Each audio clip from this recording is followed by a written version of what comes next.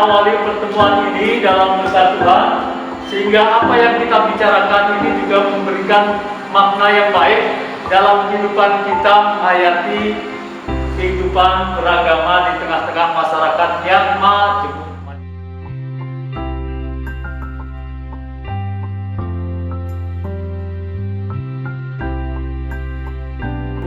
Rekan-rekan muda yang kami hormati, yang terkasih, kita sering mendengar gesekan-gesekan yang terjadi dalam masyarakat kita.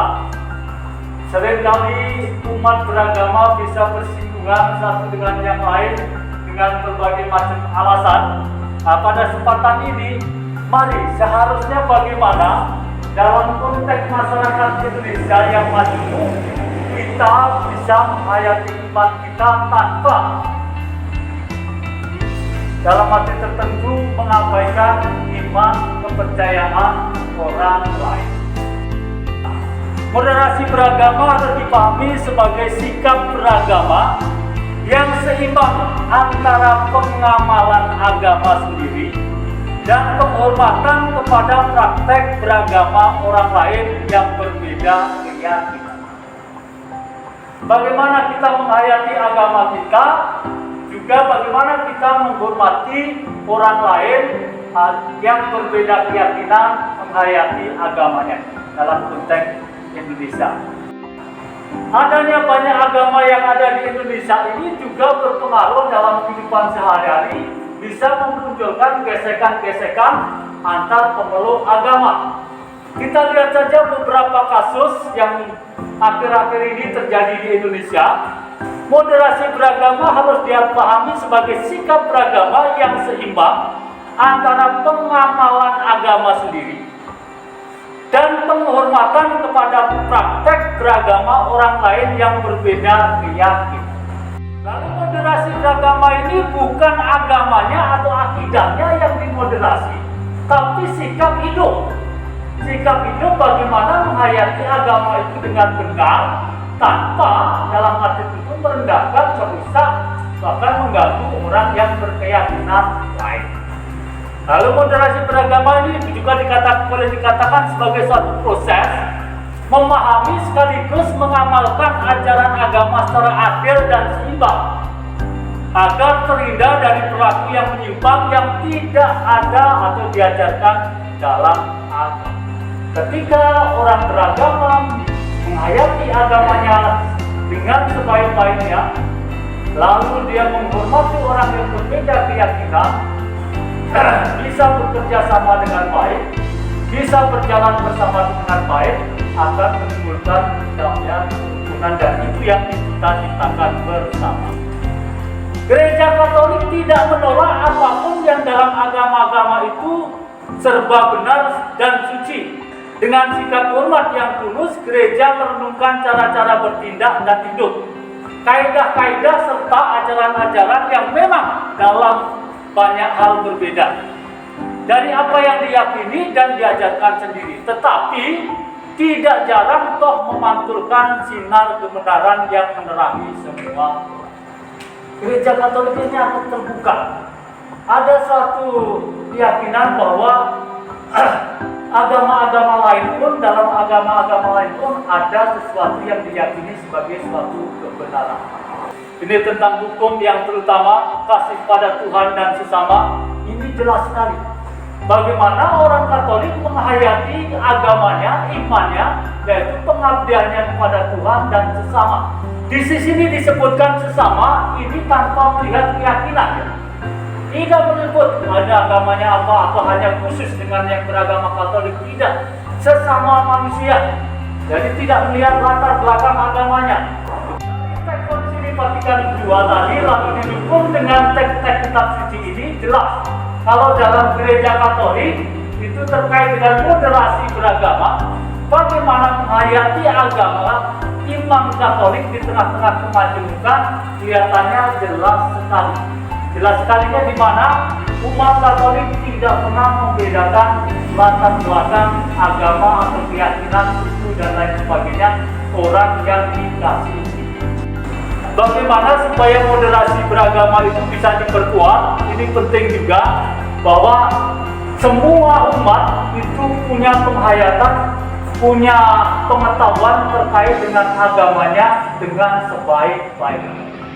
Saya mengajak untuk kaum muda jangan melihat dari satu sisi, ya, cara pandang kita hanya melihat dari satu sisi saja, ya. Tetapi mari kita lihat secara keseluruhan dalam artian bahwa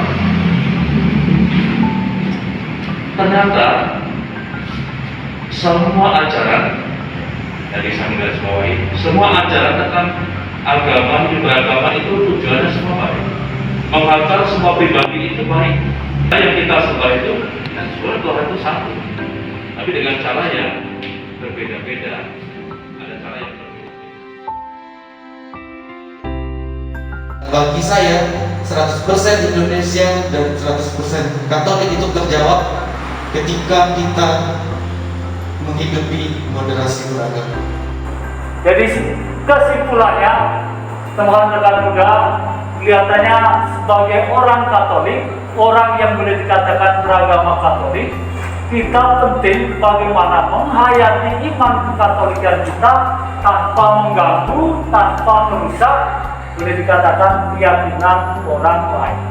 Yang jadi catatan tetap bahwa kita harus menjadi saksi pewarta seperti yang disampaikan dalam dokumen Konsili Vatikan kedua tadi, bahwa Kristuslah jalan keselamatan dan kehidupan bagi semua orang. Tetap itu kita wartakan, tapi dalam konteks masyarakat Indonesia yang majemuk, banyak agama, banyak keyakinan, seharusnya seperti itu. Jadi kurang lebih seperti itu, rekan-rekan muda.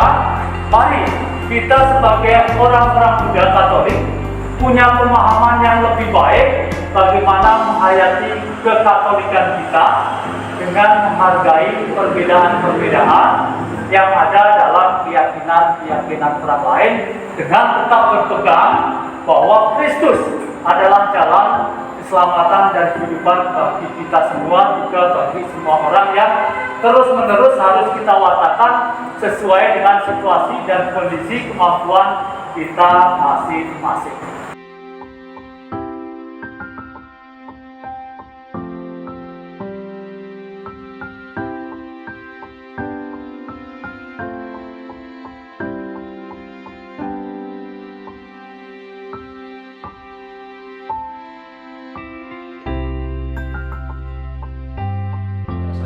Saya Romo Higinus Gono Pratowo, Pastor Paroki Gereja Santa Maria Lahat, Palembang. Di samping saya ada Bapak Dodo Utomo. Sejauh saya kenal, beliau adalah pribadi yang sederhana, pribadi yang energik, pribadi yang semangat dalam pengajaran iman. Secara khusus untuk paroki kami, paroki Lahat ini, banyak hal yang telah beliau berikan. Yang pertama, dalam pelayanan. Dia sudah pernah menjabat sebagai ketua dewan paroki itu 2 periode. Dan selama ini dia juga ambil bagian dalam pembinaan iman, baik di paroki maupun juga di stasi. Banyak hal yang sudah dibuat, pendampingan, mempersiapkan calon-calon komuni pertama, calon krisma, perkawinan, dan masih banyak hal yang beliau sudah buat. Sejauh ini hubungan saya dengan beliau itu saya rasakan saling mendukung satu sama lain. Ketika saya dalam pelayanan di tempat ini ada kesulitan, beliau selalu membantu, mempermudah segala sesuatu, sehingga saya tidak berjuang sendiri, tetapi beliau selain sebagai pembimbing juga penyuluh, juga sekaligus orang yang sangat membantu saya dalam pelayanan atau berpastoral di paroki ini.